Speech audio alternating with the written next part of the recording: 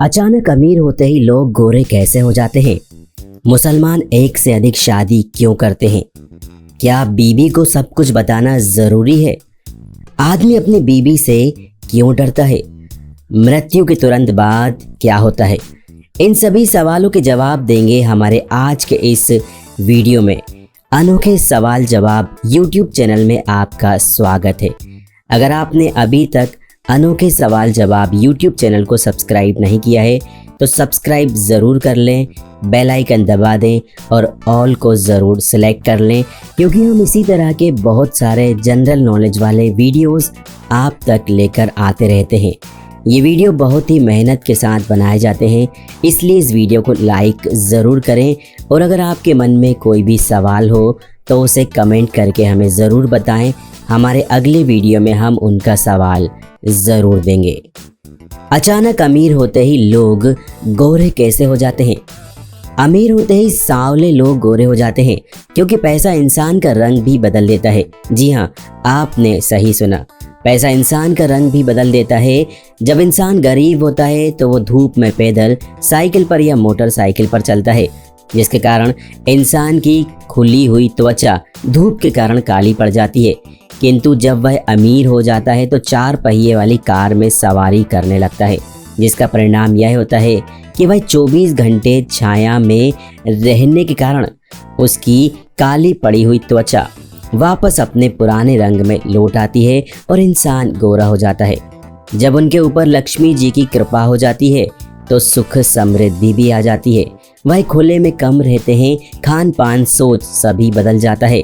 इन सब का ही मिला जुला असर उनके वर्ण पर पड़ता है और वह पहले से कम सांवले लगने लगते हैं। मुसलमान एक से अधिक शादियां क्यों करते हैं? ये उस समय था जब मोहम्मद साहब थे और जंग चलती रहती थी और जंग में मर्द मर जाते थे। उनकी बेवा पत्नी और बच्चों को सहारा मिले, इसके लिए उन्होंने ये कहा था कि जो सक्षम हो वह 4 शादी कर सकता है, जिससे बेवा स्त्रियों को शरण मिल सके। लेकिन आज व्यक्ति अपनी वासना की वजह से कुंवारी कन्याओं से तक शादी कर रहे हैं। कुरान में यह साफ तौर पर लिखा है कि तुम 1 या 2 या 3 या 4 शादी कर सकते हो। यहाँ पर यह ध्यान देने की बात है कि हुक्म नहीं दिया गया है, बल्कि इजाज़त दी गई है कि कर सकते हो। ये नहीं कहा गया है कि करो। दूसरी बात, करने के लिए भी बहुत सारी शर्तें कुरान में और हदीस में लगाई गई हैं। नंबर 1, इंसाफ। सबसे पहले अगर 1 से ज़्यादा 2 से शादी करते हो तो हर एक के साथ बराबर बराबर इंसाफ होना चाहिए।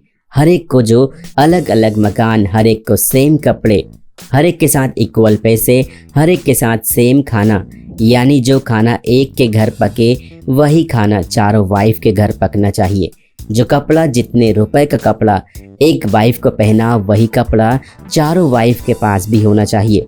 यानी ज़िंदगी की हर एक चीज़ में पूरी बराबरी होनी चाहिए और यही शर्त है 1 से ज़्यादा शादी करने की। अगर आपके मन में सवाल आ रहा होगा कि एक हस्बैंड 4 के साथ कैसे रहेगा, तो यह भी शर्त है कि एक साथ चारों के साथ नहीं रह सकता। एक रात एक के पास, दूसरी रात दूसरे के पास, तीसरी रात तीसरे के पास, और इस तरह से हर एक के पास बराबरी का सलूक। किसी के साथ अगर 2 दिन हो गया तो इसको सरासर पाप बताया गया है। चारों बीवी में से किसी एक के साथ थोड़ी सी भी नाइंसाफ़ी का असर अगर आपको डर हो कि आप बराबरी नहीं कर सकते, तो फिर 1 से ज़्यादा शादी करना बिल्कुल भी जायज़ नहीं है। क्या बीबी को सब कुछ बताना ज़रूरी है?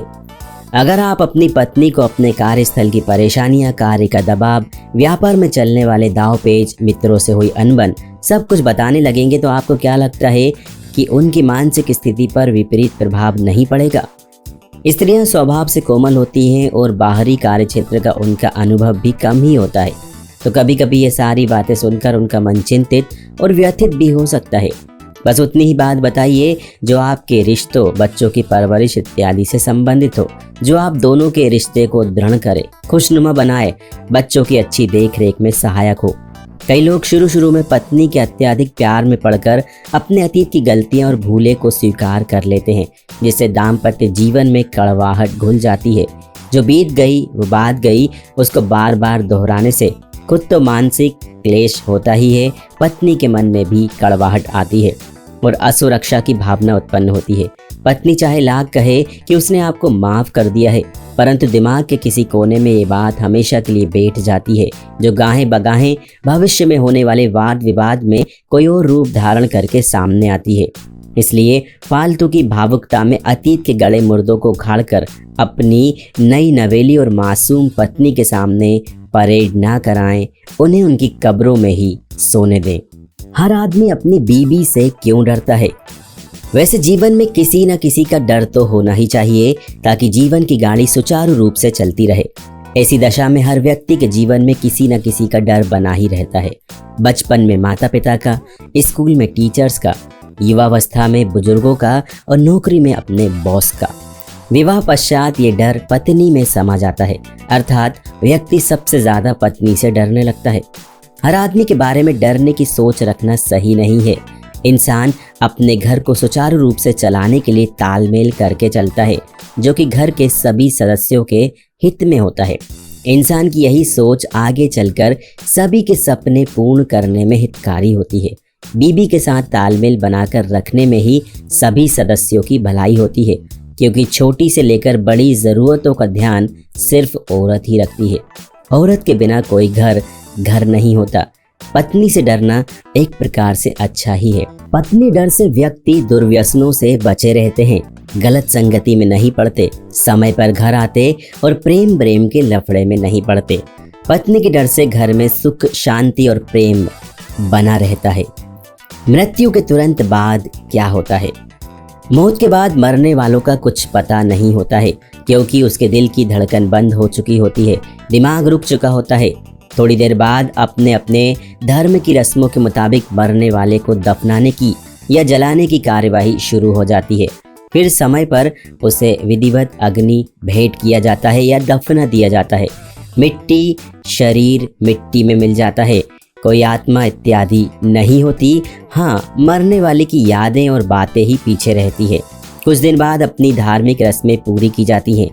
गरुड़ पुराण के अनुसार जिस मनुष्य की मृत्यु होने वाली होती है, वो बोलना तो चाहता है लेकिन बोल नहीं पाता। इसलिए उस समय पर उसकी सभी इंद्रियां यानी कि बोलने और सुनने की शक्ति नष्ट हो जाती है और वह जड़ अवस्था में हो जाता है, यानी कि हिलडुल भी नहीं पाता। उसके बाद उसके मुंह से झाग निकलने लगता है और लार टपकने लगती है।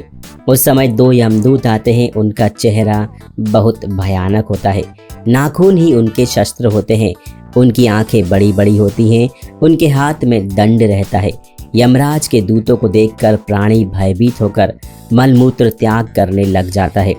उस समय शरीर के अंगुष्ठ मात्र यानी अंगूठे के बराबर जीव हाहा शब्द करता हुआ निकलता है, जिसे यमदूत पकड़ लेते हैं। ये था वीडियो अनोखे सवाल जवाब का। इस वीडियो को लाइक करें और शेयर ज़रूर करें। चैनल को सब्सक्राइब करके बेल आइकन दबाकर आप ऑल ज़रूर सिलेक्ट करें। अगर आपके मन में कोई सवाल है तो उसे कमेंट बॉक्स में ज़रूर लिखें।